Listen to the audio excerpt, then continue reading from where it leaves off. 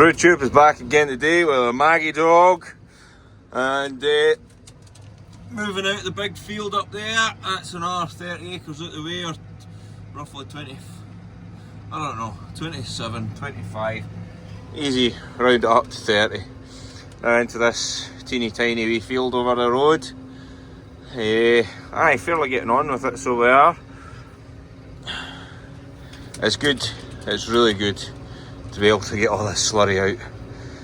A lot of pressure off. You can see some marks from bits and bobs earlier on in the back end, unfortunately. Hopefully we can get that growing again.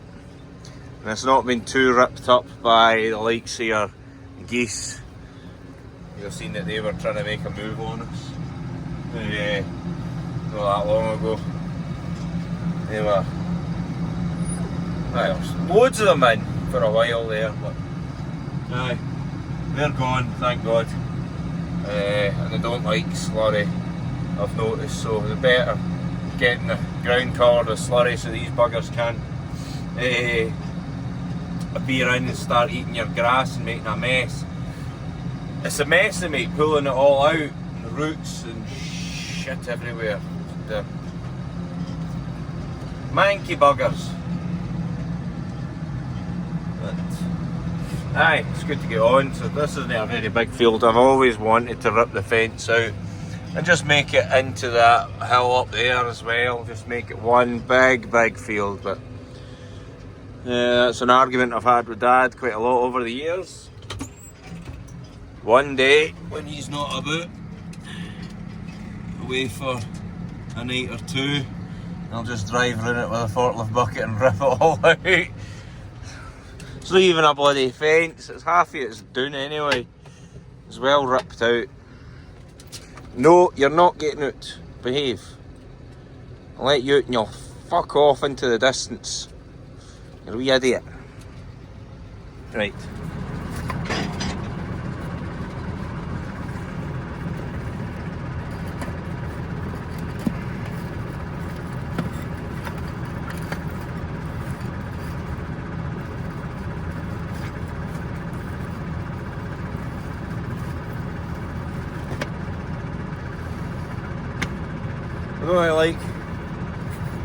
I don't really like how slack these clamps are getting. We'll be alright, surely. So the idea with the pipes is you have to try and make a wee loop and drive about with a wee loop, and that stops it from rolling if there's always a wee kink at the end as you swoop up and down the field.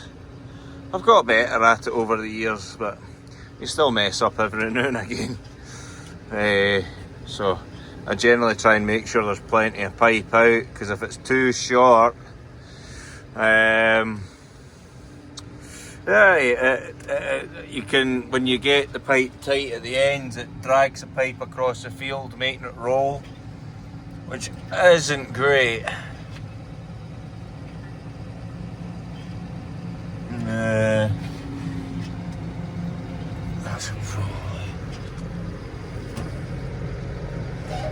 There we go. Because I'm turning, it's better to put it into manual. Oh no. Making a mess of this because I'm camera holding.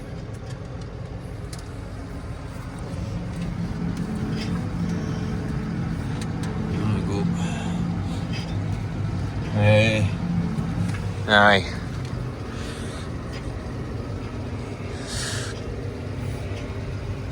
A wee wet hole there.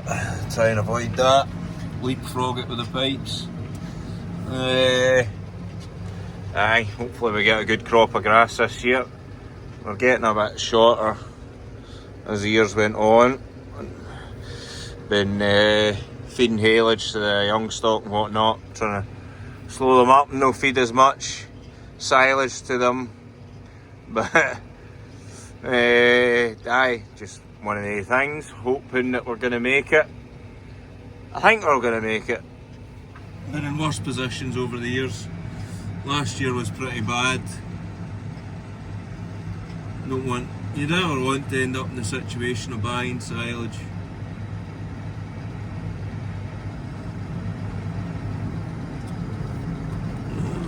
Messing that up. Oh no I didn't, that's perfect. Right. We'll go home and get the dribble bar.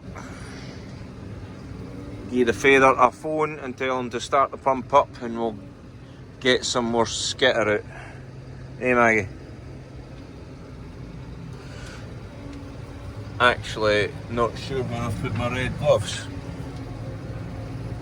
What do I do with the gloves, Maggie?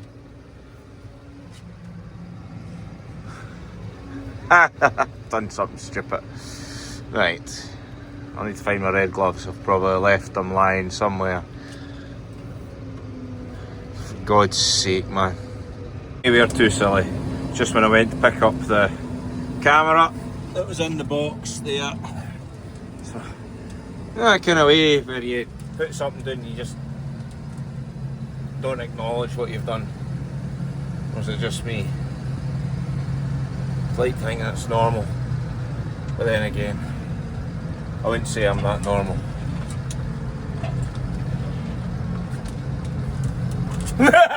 So just waiting on Dad sending the slurry up. This thing's getting manky. Not through any fault of its own other than this bit here. I think this should have been shorter than this right in. Because when I turn, I put a lot of pressure on this clamp.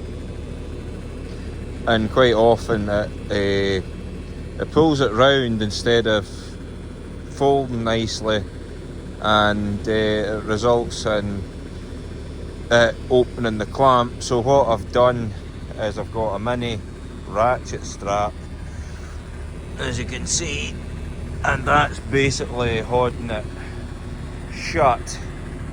But the only bother is there's an occasional leak out of there because this is all bent from the pressure of the clamp on turning. You know, when you turn, stop, reverse and whatnot. So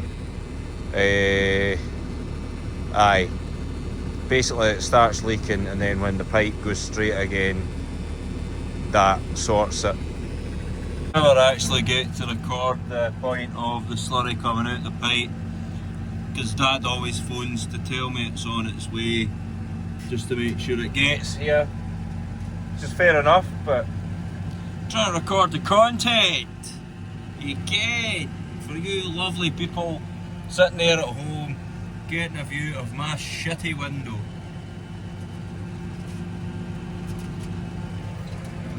It's fairly horsing out because there's no having to pump uphill, so I'll need to increase my speed a bit, I dare say. There we go, 5.3 kilometres an hour. Smashing.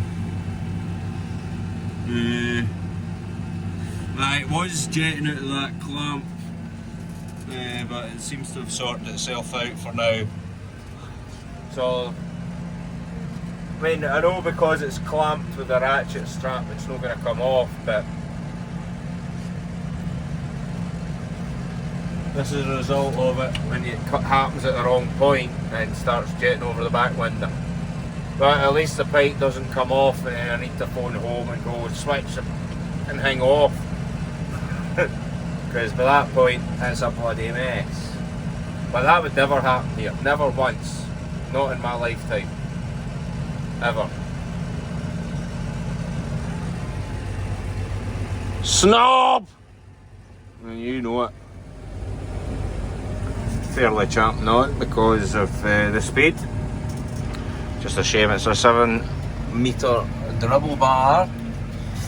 Clamp seems to be holding up, not too bad, so that's the main thing. Can't see it now, but that field up the back I was talking about in my last video that's going into trees, is it a solder? The hang on the back of the tractor that kind of goes along and makes divots. It's up there now, getting ready for the planting of the trees in that field. It's always a shame to see that kind of land going into trees, like. Especially when it's right next door to us.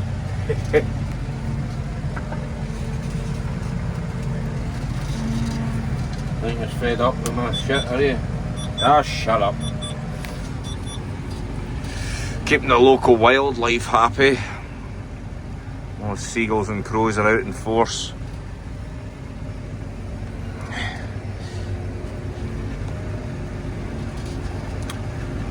Hopefully we see a good year ahead of us. I don't know what everyone's plans for the year is, but I think some of our main ones are trying to get... I think we're going to try and focus on one side of that big shed and see if we can get it going.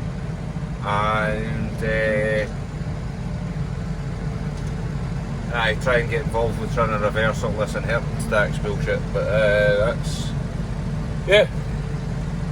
That's our focus at the moment. I think we're going to try and put additive on our silage this year and see if that makes a difference. We've had a bit of bother with it being acidic, but then the other thing is it's quite variable in the pit, like no two bits are the same, which is annoying, you know, the same cut.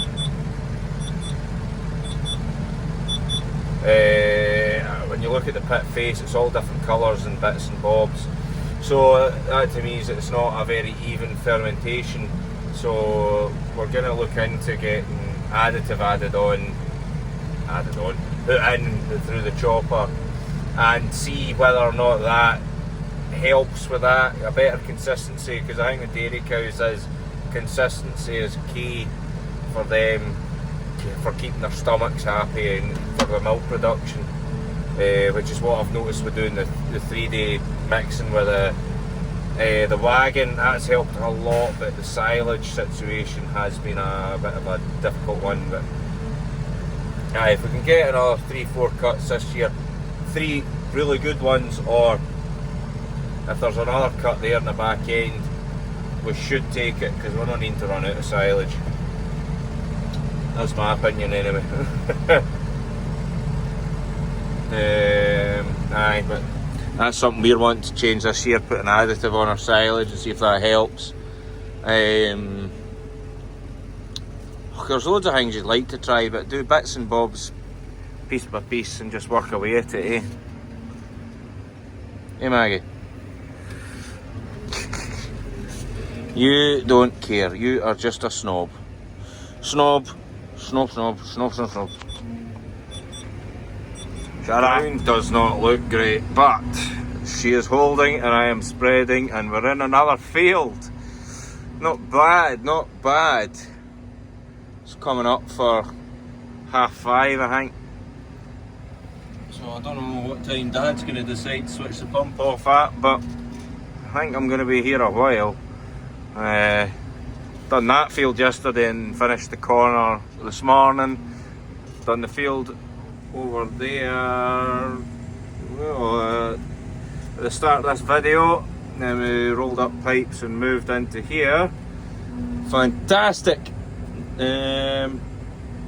Got the field over the back of this hill to do, a wee field over the back to the right, and then the big one opposite the farm there to do, all with the pipes. And then if I get a chance, I'll go through the stubble and into this field there, that green one that's not covered in jobbies, and get it spread. And Dad's not too bothered about going through into the fields even further into the distance and crossing the neighbour's road and doing that, but I wouldn't mind just getting it done, because this is the way to spread slurry. I'd be, I don't know how much longer, I've never actually worked out how much longer I would have been to have spread all these loads with a tanker, but the time saved with an umbilical system is incredible. The only bother is you have to deal with pipes, and they come with a variety of problems between twisting, rolling up, and sometimes it bursts, sometimes this, sometimes that, the pump doesn't vacuum up.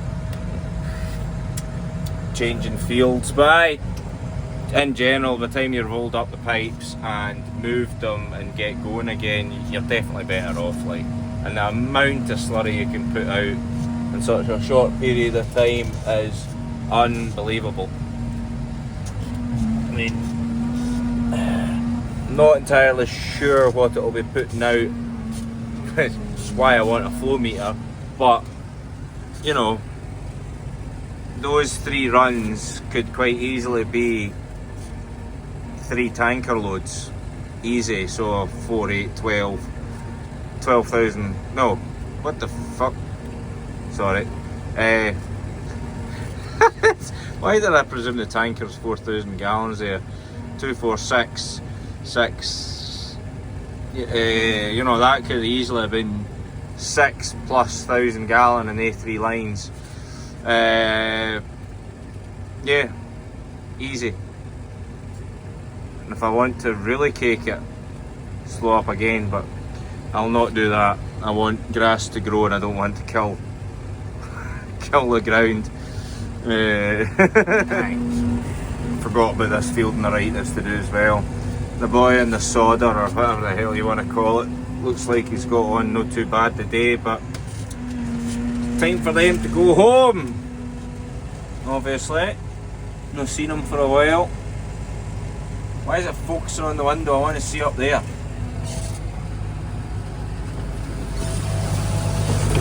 Should never open the window while it's slurry, but here we are. Straight lines are fantastic.